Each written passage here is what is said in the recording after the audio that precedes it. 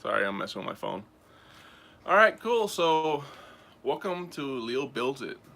In today's stream, we're going to be making my mother-in-law a uh, bar top table, um, so that she can have it in her back patio, Florida room, whatever you guys want to call it. In Florida, it's called the Florida room. It's essentially an enclosed room without air conditioning. It only has ceiling fans. We have a patio. We have it screened in.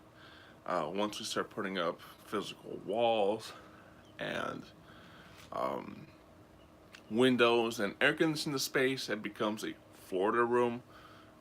So she had one built in her house, and I know for a fact that she likes to have nicer things, and she saw a really nice bar top table when she was on vacation, and she found one online, a picture of it online.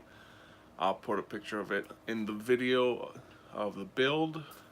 This is going to be the stream from start to finish um, of the build. It's going to have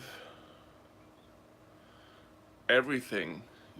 You got, if you guys ever want to see what it's like to make a YouTube video from start to finish, setting up the cameras, setting up the pieces, setting up the tools, using the tools, cleaning up, the whole shebang, there will be no uh, there will be no curtains.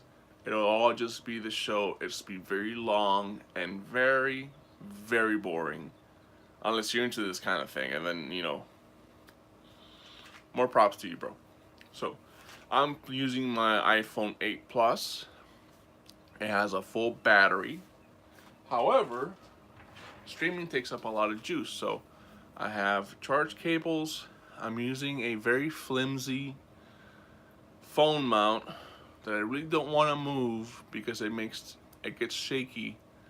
So let me go ahead and try to plug in the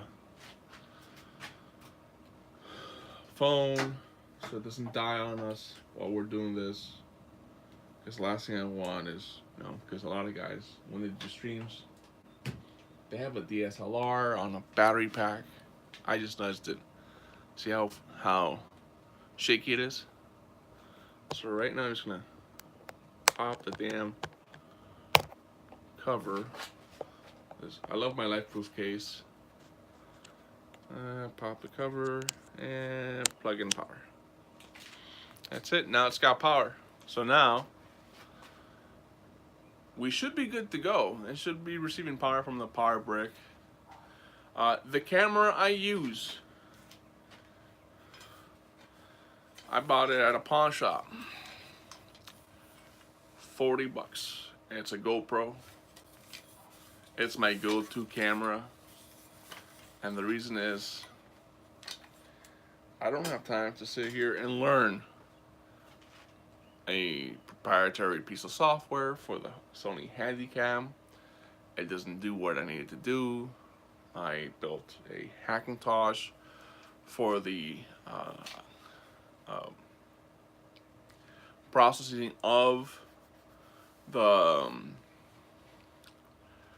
whatchamacallit, the videos and getting that stuff edited and so forth.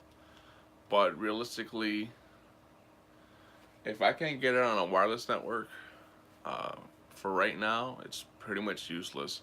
I've gone through the 10 or so wireless cards that I have, the USB wireless cards that I have. I haven't used any of the physical ones yet, but they're not Mac compatible, so it's not working.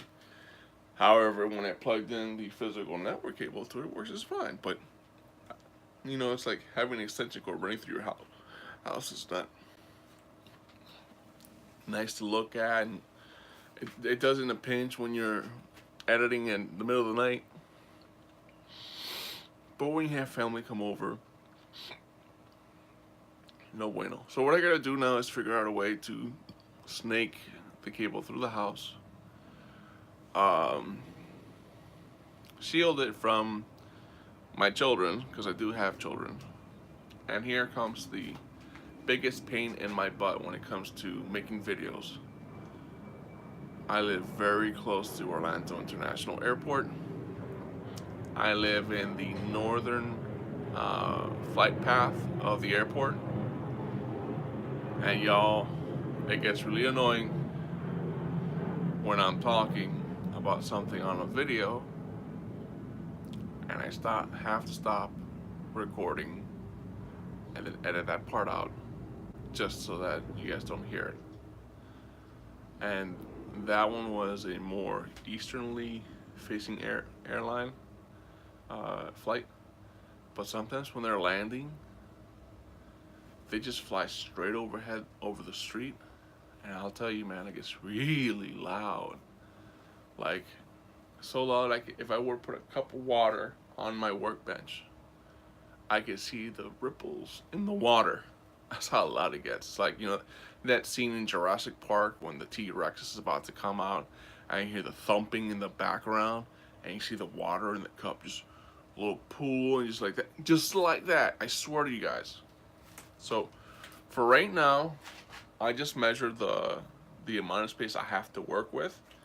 I'm going to be processing 2x4s and 2x10s, a pair of 2x10s. And she wants the table to be about 40 inches high, 8 feet long, which is why I'm using 2x10s, because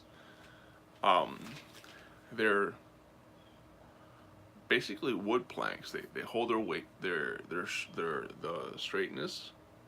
They can hold weight over a long length without any kind of support and expecting it to bow. I tried using 1x10s at one point, and I have 1x12 here. That's old growth 1x12 that was put into my house back in the 60s when the house was first built. And I'll tell you, man, it's solid. But I went out and bought a brand new one because I don't want to use the old ones for anything other than something that is special. Even though they're covered in paint, the paint is protecting the wood right now. But I can take a sander, and that grain is, dude. I'm a computer guy, and you talk computers to me, and I'm like gaga for them. But when I started woodworking, working with my hands, and noticing how beautiful the wood grain looks when you stain it, or when you use vinegar on it, or you use like homemade stains, or shoot, even when you get a piece of pallet wood and you put motor oil on it. Yes, you put motor oil on a piece of pallet wood when it's going to go outside on a project you don't really care about, and then the grain just pops. And it's like magic. It's like, wow, this is so beautiful. This looks so awesome. And then someone looks at your work and they're like, oh, I want that. Or, oh, can you make me one of these? Sure, let me go around and scrounge up crates and shipping containers. Shipping crates for like long desks where they're using 1x10s. And it's got the dings and the scratches and everything built into it already. And they're basically free because they're going to be thrown away. And here comes an airplane that's a little bit louder this time. So, yeah, and the wood's already beaten up, and it's got all those nice dings and that everyone loves for rustic stuff. And then let me get one of my wood finishes. You guys can see it's on in camera lens. Over there, in the other videos, you guys can see it. Let me pan over. Hopefully, yeah.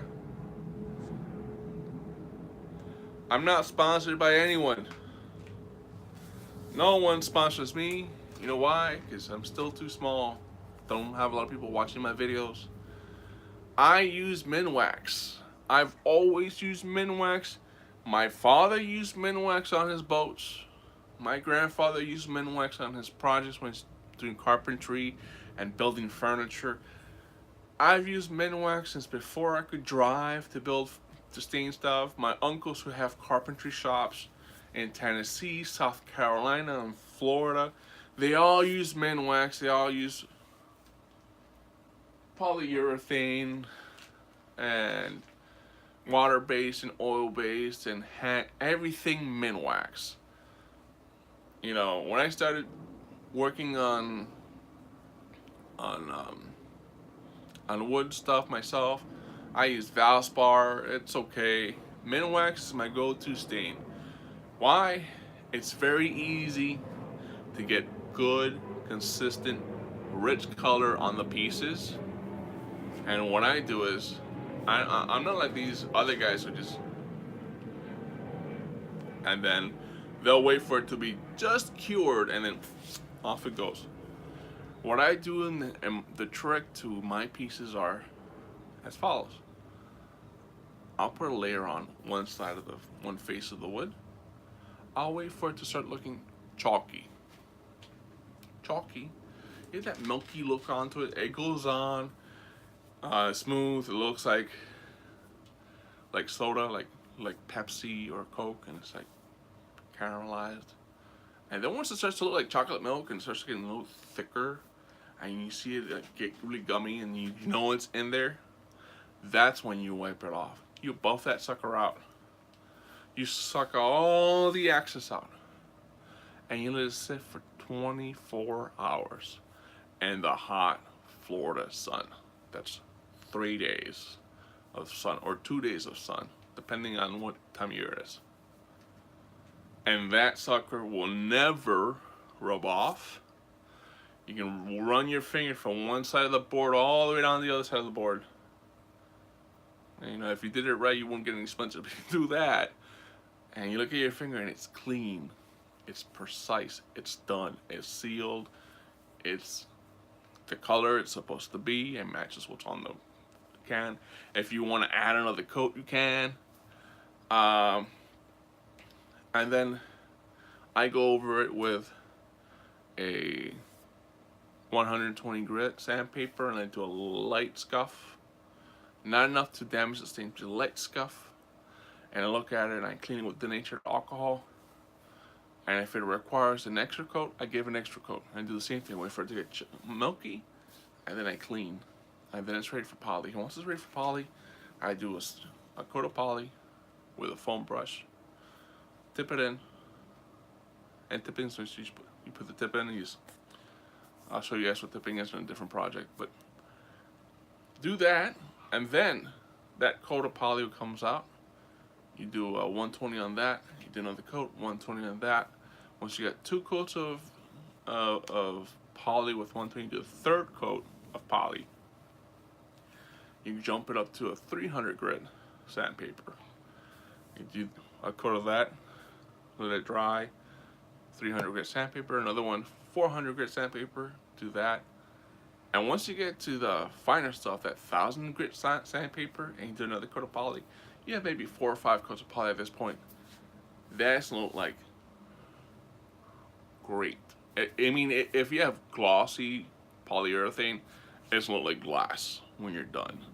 It's look like you poured epoxy over it. It'll be very, very, very shiny, very smooth. You can put water on it and just see it either. If you use the water-based poly, it'll dissipate. If you use the oil-based poly, it'll pull. It'll be very hydrophobic. It's gonna be like the best pieces to start off with. These guys use lacquer. I've seen them use spray lacquer. Spray lacquer isn't 100% coating. If you ever watch any videos on spray paint, you'll see that it's the pixel and it's all blotches. Like if you would take a cup of water and drop it on a dry piece of concrete, that's what the spray paint does to the thing. And then how it coats evenly is when you do multiple passes from different angles. That's how it coats. But when you're using poly on a brush, it's gonna coat that stripe, and you go over it twice, 3, and then you overlap the layers, and that's gonna look excellent, I'll tell you. All right, so enough of me talking shop. It's been close to 15 minutes of the video. I'm gonna clean out a little bit. I have my bin full of standard wrenches. I'm gonna move stuff around a little so that this is the sucky part about having a small workshop is there's never enough space for everything you want to do, everything you want to store, because there's never enough space. You know, these guys that I admire. I admire channels like Jay's Custom Designs. I made it in Canada. Matthias Wendel's channel. The Wood Whisperer. I like to make stuff. Bob. Bob was my first. No, Bob wasn't my first. My first DIY YouTuber was Jimmy DeResta, the man, the legend, the dude that has a basement workshop in the middle of New York. You know? He has think about it, he's got a basement workshop in the Bronx or Brooklyn or wherever the heck he's in, which borough he's in. He's got this beautiful workshop. And he gets all his pieces, he got all those pieces, all those tools, all those massive tools in a 4 foot, it looks like it could be either a 4 foot by 4 foot or a 6 foot by 4 foot grate opening on a sidewalk. You know, some of those tools were assembled in that shop. They're gonna have to be disassembled before they come back out. But bro, I'll tell you this much. His channel, I mean, I came across Jimmy DeResta when he was on Discovery or TLC, or one of those TV channels, by some fluke. I was flipping through channels, bored one night 8 years ago, and there was a TV show called Trash to Cash or some crap like that between him and his brother. Be right back.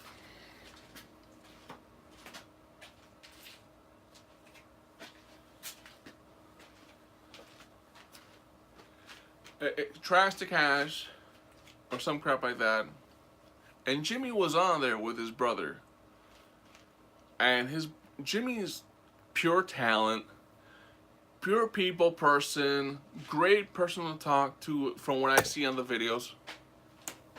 Oh, it slipped, the phone slipped, I don't want to drop. So he's got all this personality, great person to talk to. He'll go, the premise was they would take other people's trash, clean it up, restore it, refurbish it, resell it, make some money, make profit. His brother's like Andrew Dice Clay from the 1980s. He's stuck in that mentality that everything he says is funny. He's very crass. I mean, you could tell that Jimmy was the talent behind everything. I mean, his brother does some things, but he's got little to no talent. I love you, Jimmy. Your brother sucks. I love you, bro. Have you ever watched this? If I ever get big enough for anyone to notice. But yeah, so Jimmy DeResta's brother, not that talented. His nephew, who they would call Rat Boy, his kid's name is Matt. This kid is talented. He's got talent just like Jimmy. But it's like the talent in the family hopped a generation. It's like it was doing hopscotch. It was like, I think the dude's name was Frankie. Johnny, something like that. He's got his own YouTube series, but when you watch it, it's like you're watching an Andrew Dice Clay skit.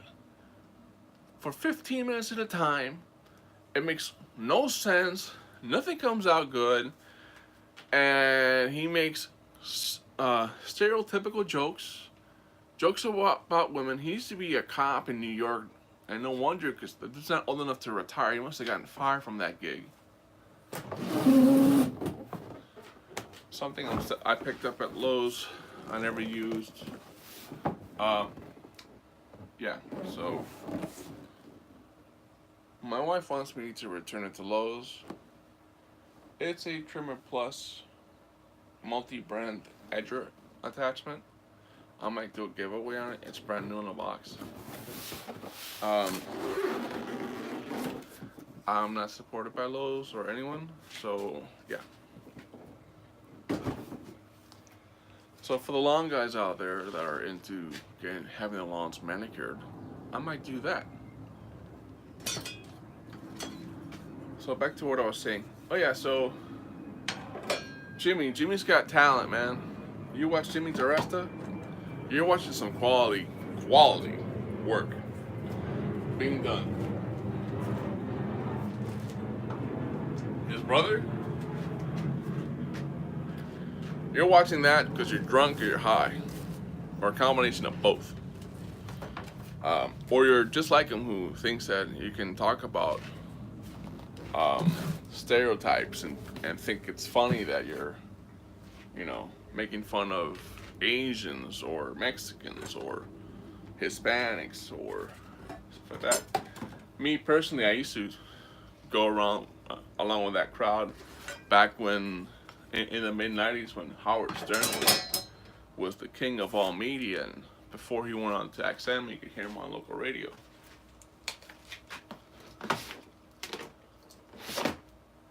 And he was syndicated. But then you turn 18 and he stops being funny, and you turn 20 and it's really not funny, and then you turn 40 or close to 40 and he's still making the same crass jokes he was making 20 years ago, and it gets old. And then you have someone like Jimmy who's trying to make a brand for himself, and he has made a brand for himself. The DiResta brand. It's awesome.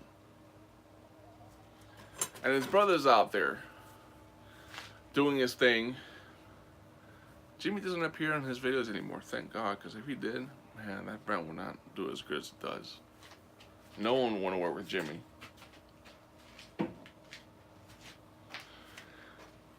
Tell you this much. If I ever got big enough to get recognized enough to be invited to work in a workshop with Jimmy DiResta, I would sell my left testicle for it. However, if it came to it to where they say that his brother would be there also hosting that workshop, I would decline it on the principle of the dude is crass, he's rude, he's not funny. It's not funny what he says, and it incites divisiveness in this nation, the crap he says. He's not a leader, but when you're popular, you have people following you, and they follow what you say and what you do. That, my friends, shows the kind of character you have. Because character is not what defines you by this. This is what my grandfather told me. Character is not what you do in front of people. It's what you do when you're alone. That's your character. When you have nothing to hide, because you're by yourself and you do something, whether it's nice, whether it's bad, whether you're stealing, whether you're cheating on someone, it defines your character and who you are by what you do when no one's watching. That's what character is. I have done a lot of crappy shit in my life. I'm not gonna lie. And I'm not a saint. I'm working on it. Just like everyone else is. I'm working on being a better person every day. But you will never hear me say anything derogatory about a specific race, color, skin, or religion, Christian, Catholic.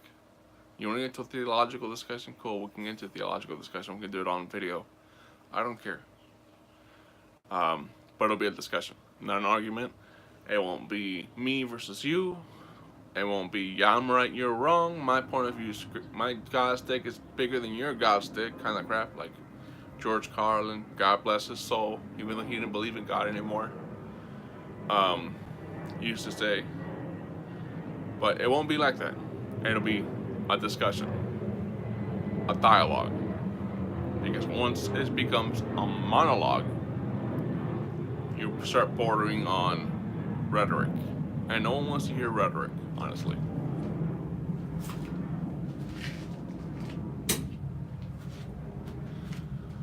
I was raised in a family of, what, I had 5 uncles on my mother's side. This is what I'm looking for. This is what I'm talking about. This right here. Woo. Because this will allow me to hook my miter saw to the my brain is somewhere in the hemisphere. I don't remember where I left it. The miter saw to the dust collector that I'm going to be using, so that, or the mini shop vacs that I'll be using, so that I don't generate a lot of mess to clean up afterwards.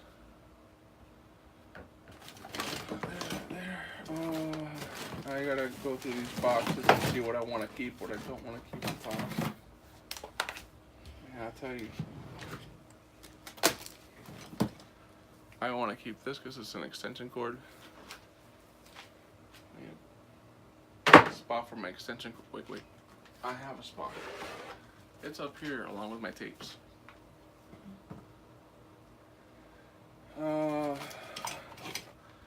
So I bought a miter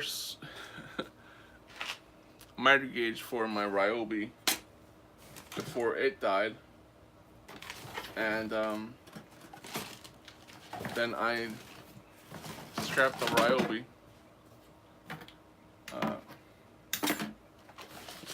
and kept the miter gauge because I didn't pay $20 for a miter gauge just to throw it away. So it's going to be interesting getting through today. What's in here? These are power cables for a Dell laptop travel case. Look at that. Look at that shit.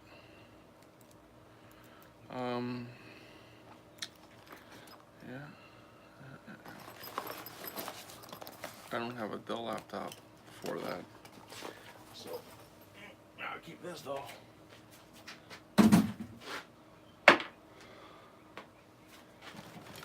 My boat calf that I'm going to keep because I want to get a boat at some point.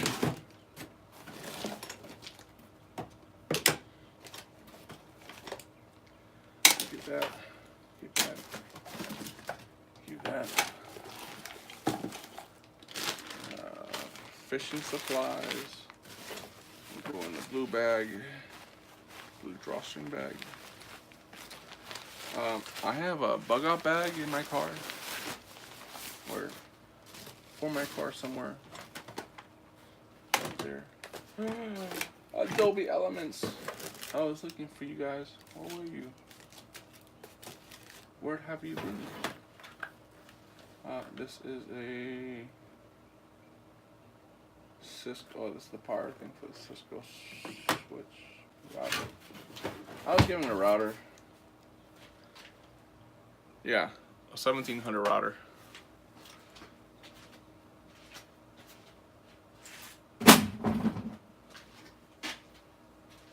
From my job, they were throwing it away, and they never did, and it sat in the box for about 3 years. And then they gave it to me to see if it worked and see if I wanted to play with it. And I didn't see a need for it because I don't have a Cisco CCNA degree yet, so I'm trying to get one. And though that might have been something I have, I was getting my CCNA 10 years ago when it was relevant or somewhat useful. Oh, finally! I've been looking for this. This is my favorite toy. No, just kidding. This is my Brotherhood of Steel. No, not Brotherhood of Steel. This is my Power Armor Fallout 4 Funko toy.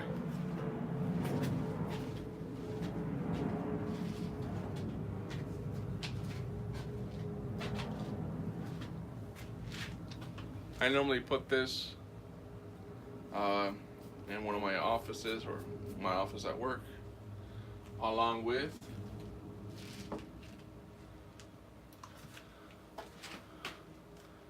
my red swing line. See, swing line. The badge fell off of it. That's my red stapler. And it's an old movie. And no one at work knows Office Space, but they've heard me quote it. And the kids, and I say kids because they're younger than me, the kids I work with, they don't know. This I'm gonna need to keep because this is the battery to my drone that my father-in-law gave me for Christmas one year. These are battery terminals for that battery that's outside that I need to have, because that's what's going to allow me to plug it into my solar array and add. I need that for my Arduino kit. I need to show you guys how to use Arduino later, how I use Arduino later. Good, you guys are back. Okay.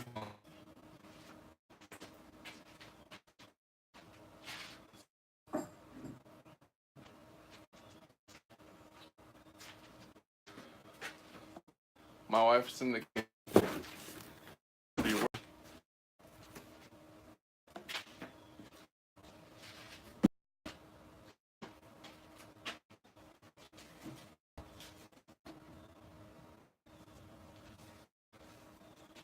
I'm not saying it works.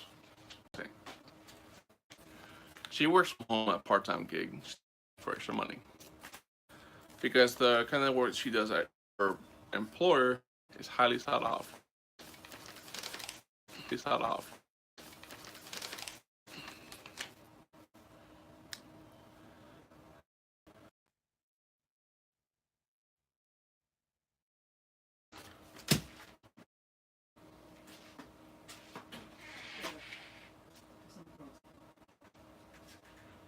Did you do anything to the internet? Huh? Have you done anything to the internet?